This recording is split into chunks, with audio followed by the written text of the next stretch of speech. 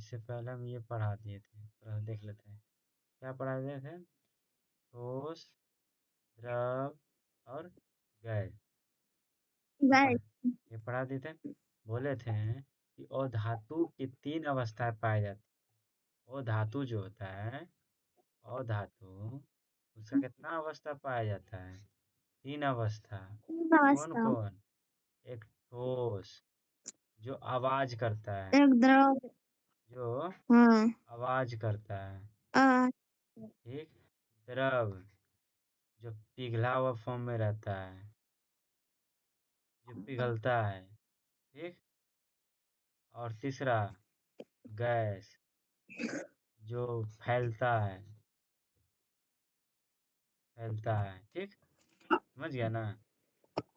ज्यादा आवाज करने हाँ। वाले को ठोस, ज्यादा पिघलने वाले को द्रव, जो ज्यादा फैलने वाले को द्रव। गैस। अच्छा, गैस। याद करने का तरीका हम बता दिए। ये फैलता तो सब्बे को ही है। अब जल्दी देखते, ठोस में कौन कौन आ जाएगा तुम्हारा? फास्फोरस, फास्फोरस एक तरह का ठोस पदार्थ है। फास्फोरस। कार्बन भी ठोस पदार्थ है। आयोडीन भी ठोस पदार्थ है। सल्फर भी ठोस पदार्थ है, ठीक। ब्रोमीन जो है हाँ। द्रवीय पदार्थ है। ब्रोमीन क्या है? द्रवीय द्रवी। पदार्थ है। द्रव पदार्थ। फ्लोरीन, ऑक्सीजन, नाइट्रोजन और क्लोरीन, ये सब क्या है? गैसीय अवस्था में पाया जाता है। किस अवस्था में? गैसीय अवस्था में पाई गैसीय जाती अवस्था में, ठीक। है। गैसीय अवस्था। ये धातु O2 के साथ अभिक्रिया करके धातु ऑक्साइड बना। देखो, ऑक्सीजन जो है के साथ धातु जब अभिक्रिया करता है तो क्या बनाएगा? धातु ऑक्साइड बनाता है। नहीं तो इसे धातु पढ़ लेंगे, ऑक्साइड। धातु प्लस ऑक्सीजन के साथ, धातुएं ऑक्सीजन के साथ अभिक्रिया करके क्या बनाता है? धातु ऑक्साइड बनाता है। क्या बनाता है? धातु ऑक्साइड। धातु ऑक्साइड। धातु ऑक्साइड बनाता है। ऑक्साइड क्यों बनाता है? क्योंकि ऑक्सीजन जुड़ जाता है धातु के साथ। अब बता, अधिकांश धातु पानी के साथ प्रतिक्रिया करके अपने हाइड्रो ऑक्साइड और हाइड्रोजन मुक्त होता है। अधिकांश धातु पानी के साथ, देखो, धातु प्लस पानी के साथ अभिक्रिया करता है, मतलब प्रतिक्रिया करता है, तो क्या छोड़ता है? Hydro oxide hydro oxide. और हाइड्रोजन मुक्त करता है। Hydro oxide hydrogen. और हाइड्रोजन मुक्त हो जाता हाइड्रोजन है। मुक्त। ठंडे पानी के साथ प्रतिक्रिया कैसा होता है वो दिखा रहा है। ठंडे पानी के साथ प्रतिक्रिया सोडियम और पोटेशियम जैसी अत्यधिक प्रतिक्रियाशील धातुएं ठंडे पानी के साथ प्रतिक्रिया करके धातु ऑक्साइड, धातु हाइड्रोक्साइड, धातु बनती हाइड्रोक्साइड है। बनाती है और हाइड्रोजन गैस मुक्त हो जाती है, मुक्त मुक्त करती है। जैसे यहाँ सोडियम है और क्या है? ये पानी है। क्या बोलेंगे?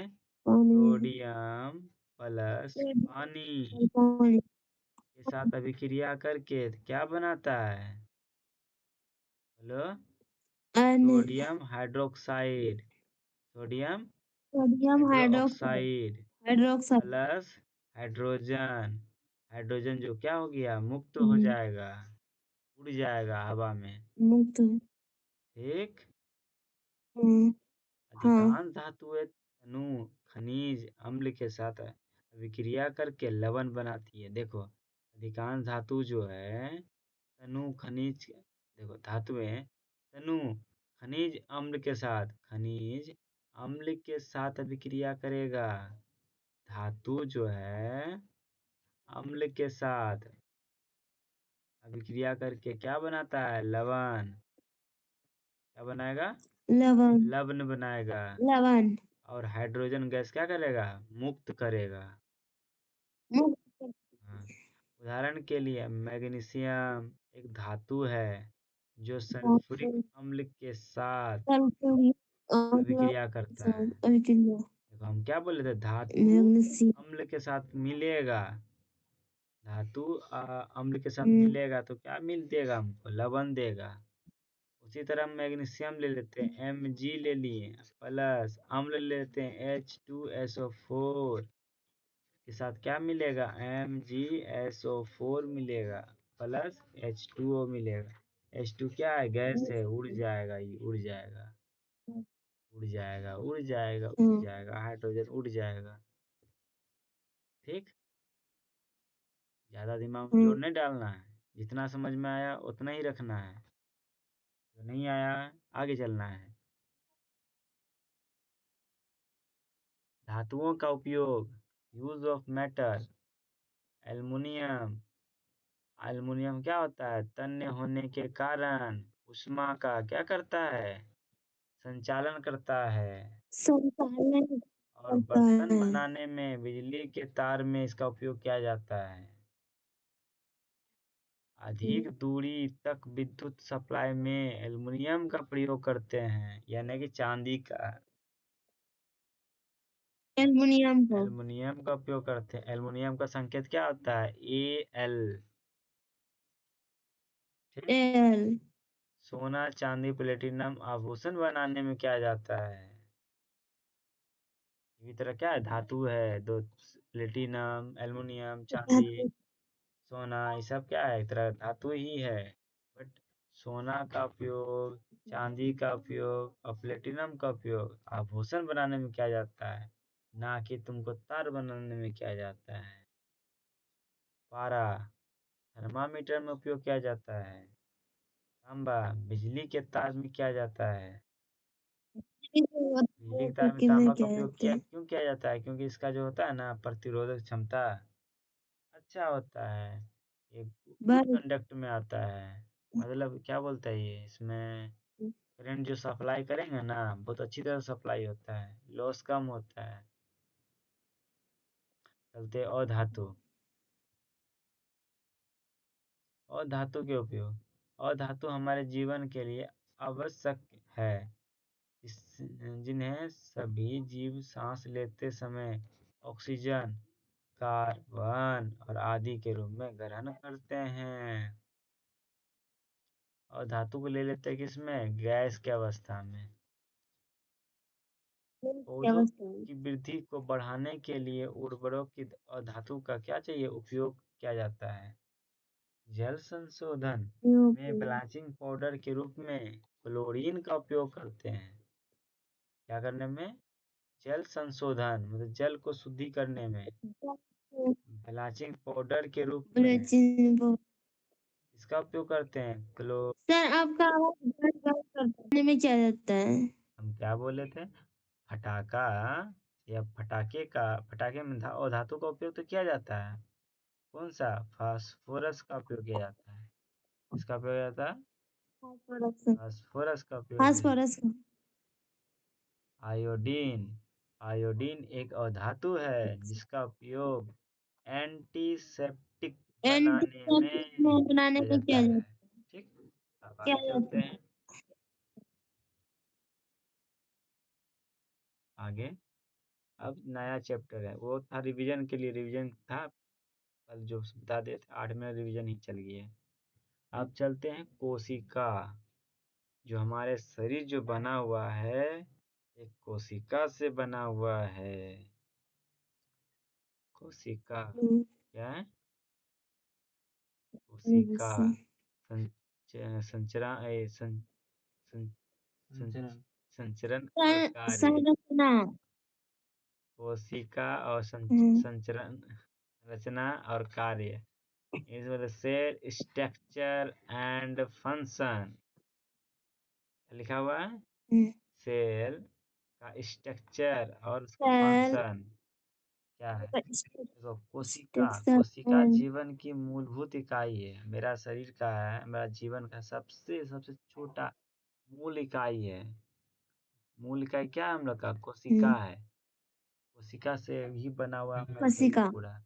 इसकी खोज सन 1665 में किया। क्या बोले थे अभी, कि जो रॉबर्ट हुक थे ना, रोबोट हुक ही ने इसका खोज किया था, किसका? कोशिका का। रोबोट हुक ने ये कोशिका का खोज किया था कब? 1665 में। सोलह सौ पैंसठ में। इसे तो क्वेश्चन बुढ़ा गया है, अब सबके बच्चा के मुंह पे याद है। हाँ। ये पूछेगा ये कौन सा कोशिका का खोज किया था? मृत कोशिका का खोज किया था रोबोट जी हुक। वो फिर से पूछो। मृत कोशिका का खोज किया था, और जीवित कोशिका का खोज क्या किया था? एंटोनी वॉन ल्यूमेनॉक ने। हाँ, लुवेन हॉग ने। हाँ, ये जो था ना, कॉर्क की सहायता से जो पेड़ की छाल से प्राप्त किया जाता है, उससे ही कोशिका का खोज किया, उसमें ही कोई कोशिका का खोज किया था, कॉर्क में कोशिका का खोज किया था। उन्होंने कॉर्क की पतली सलाई ली और उसका सूक्ष्मदर्शी की सहायता से अध्ययन किया। ये भी जान जाना जरूरी है कि जो कोशिका का खोज किया था किसमें किया था? कॉर्क में। वो किसका होता है? लकड़ी का होता है। और और जो दारू लकड़ी सब जो का। पैक करते हैं ना, पहले जो अंग्रेज से जो पैक करता है दारू का, विक्सी बोलते हैं दारू का, ढक्कन होता है लकड़ी का, इस प्रकार का रहता है। हम्म। ये ऐसा रहता है ढक्कन, यही कॉर्क है। दारू का बोतल रहता है ऐसे लगा हुआ, ऐसे दारू का बोतल है, देखिए ऊपर से ढक्कन लगाता है कॉर्क का। जैसे है। हम्म, ठीक है ना। कोशिका का आकार, शेप ऑफ सेल। अमीबा एक अनियमित आकार वाला एक कोशिकीय जीव है जो अपना आकार बदलता रहता है। इसके शरीर से बाहर निकलने वाले उभरा को मतलब उभार को एस्टोपीडिया एस्टोपीडिया कहा जाता है। क्या कहा जाता है? एस्टोपीडिया कहा जाता है। एस एस्टो एस्टो एस और लेकिन ये होने गलत है। टू आधा सो यू डो ओ सीओ स्यूडोपोडिया स्यूडोपोडिया। ज़ीरोपोडिया। हाँ, स्यूडोपोडिया कहा जाता है। यह गति करने और भोजन को पकड़ने में मदद करता है। एस्टोपोडिया, इसको बोलते हैं पेसुडोपोडिया। एस्टोपोडिया अमीबा के भोजन करने या हिलाने डलाने के दौरान दिखाई देते हैं, गायब हो जाते हैं और गायब हो जाते हैं। WBC, इसको बोलते हैं श्वेत रक्त कणिका। श्वेत रक्त कणिका अनियमित आकार वाली होती है, कोशिका है। गोलाकार आकार, गोलाकार आकार, स्पेरिकल शेप, स्पेरिकल शेप। कोशिका आमतौर पर गोल या गोलाकार आकार की होती है। उदाहरण के लिए WBC। अपवाद में स्तनधारी का WBC उभय स्थल होता है। स्पिंडल के आकार की कुछ कोशिकाएं स्पिंडल के आकार की होती है, दोनों सिरों पर लंबी और नुकीली मतलब नुकुलीन। उदाहरण मांसपेशीय कोशिकाएं। सखेता मतलब ब्रांचेज, कुछ कोशिका ब्रांचेज होती है। ज़्यादा में सुनने लगाना है। आगे चलते हैं। अब चलते हैं तंत्रिका। तंत्रिका कोशिका, इसको बोलते हैं नर्वस सिस्टम, नर्वस सेल बोलते हैं। यही है तुम्हारा, क्या इसको बोलेंगे राजा? इसको क्या बोलेंगे देखो तो? तंत्रिका तंत्र। हाँ, क्या बोलेंगे इसको? तंत्रिका, तंत्रिका तंत्र, नर्वस सिस्टम इसको बोलते हैं। ठीक। तनिका तंत्र बोलते हैं, यहाँ लिख भी दिया है सी में। लंबी शंखविंती तंत्रिका कोशिका, इसको बोलते गोलाकार रक्त कोशिका, इसको बोलते हैं पेशीय कोशिका। किसको? ये है तुम्हारा पेशीय कोशिका। ये तंत्रिक, ये है तुम्हारा रक्त कोशिका। ठीक? कोशिका, कोशिका द्रव, इसको बोलते हैं साइटोप्लाज्म। कोशिका द्रव को क्या बोलते हैं? साइटोप्लाज्म। साइटोप्लाज्म। साइटोप्लाज्म। हाँ, कोशिका झिल्ली और नाभिकीय के बीच मौजूद जेली जैसा संरचना को साइटोप्लाज्म क्या बोलेंगे? साइटोप्लाज्म कहा जाता है। जो साइटोप्लाज्म में छोटे घटक होते हैं जिन्हें अंगक कहा जाता है। आप समझना थोड़ा सा। साइटोप्लाज्म ये जो है ना साइटोप्लाज्म, ये कोशिका झिल्ली और नाभिकीय के बीच में होता है। किसके बीच में? कोशिका झिल्ली के बीच और में नाभिकीय के बीच में होता है। ये नाभिकीय है, ये कोशिका है, इसके बीच में होगा तुम्हारा क्या? साइटोप्लाज्म। ठीक, जिसको क्या बोलेंगे? साइटोप्लाज्म। प्लाज्म छोटे घटक के होते हैं जिन्हें अंगक भी कहा जाता है। ठीक, ऑर्गनल। ठीक है ना, आगे चलते हैं। प्रोकैरियोटिक क्या है? प्रोकैरियोटिक कोशिका का आकार आमतौर पर छोटा होता है। क्या होता है? छोटा होता है। उसका दे दिया हुआ 1 से 10 माइक्रोमीटर। हम बोलेंगे प्रोकैरियोटिक का आकार कैसा होता है? कितना होता है? 1 से 10 माइक्रोमीटर। माइक्रो केंद्रक झिल्ली मीटर अनुप्रस्थ होता है। क्या होता है? केंद्रक झिल्ली अनुप्रस्थ होती है। यह न्यूक्लियोटाइड मौजूद होता है जो केंद्रीय अनुपस्थित झिल्ली से घिरा नहीं होता है। ये जो है ना, एक केंद्रक झिल्ली से क्या हुआ है? घिरा हुआ नहीं है। ये घेरा हुआ है। यूकैरियोटिक किससे घेरा हुआ है? केंद्रक झिल्ली से। प्रोकैरियोटिक घेरा हुआ। होता है। यूकैरियोटिक घिरा हुआ नहीं होता है। किसका? केंद्रिक झिल्ली से। केंद्रकीय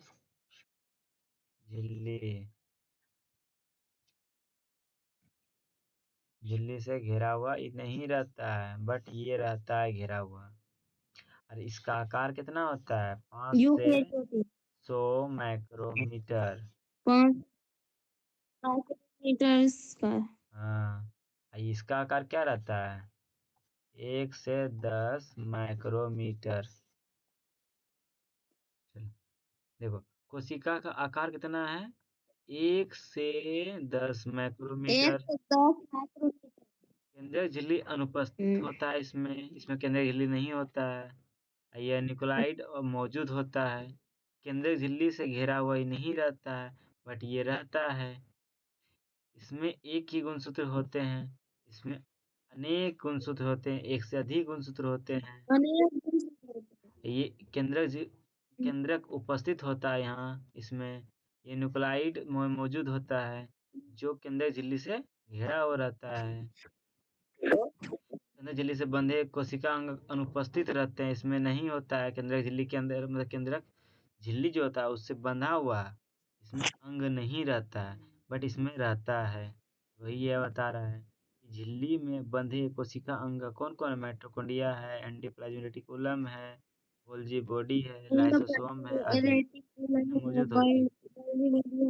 ये जो इसमें जितना भी कोशिका विभाजन होता है वो विखंडन और नवोदन की प्रक्रिया द्वारा मतलब विभाजन होता है। इसमें जो है कोशिका विभाजन माइटोसिस और मायोसिस द्वारा होता है। ठीक, आगे चलते हैं। ये तुम्हारा देख होता लो है। क्या है? कोशिका भित्ति। ये तुम्हारा कोशिका भित्ति यही है। ठीक ना, ये तुम्हारा ये कोशिका भित्ति है। ये तुम्हारा केंद्रक है। रितिका, ये खाली स्थान जो है ये रितिका है। ये तो कोशिका को जूम करके दिखा रहा है। ये लिखा है पादप एवं जंतु कोशिका की तुलना। ठीक, कोशिका झिल्ली, ये ऊपर वाला जो है ये सब झिल्ली है। कोशिका झिल्ली, ये ऊपर वाला कोशिका झिल्ली है। ठीक, ये भी केंद्रक है, ये भी केंद्रक है। ऋतिका है, यहाँ भी ऋतिका है, मतलब खाली स्थान है। कोशिका द्रव, इसमें ये सब कोशिका द्रव है, इसमें कोशिका द्रव ये है। कोशिका हरित लवक प्लास्टिड, ये जो तुम्हारा है ना पादप का है कोशिका। इसका है पादप कोशिका, ये है मानव का कोशिका। मानव का कोशिका सुना ना, ये तुम्हारा किसका कोशिका है? पादप का, ये मानव का। ठीक, आज बढ़ने देते यहीं तक। अगला चलेगा वायु तथा जल का प्रदूषण।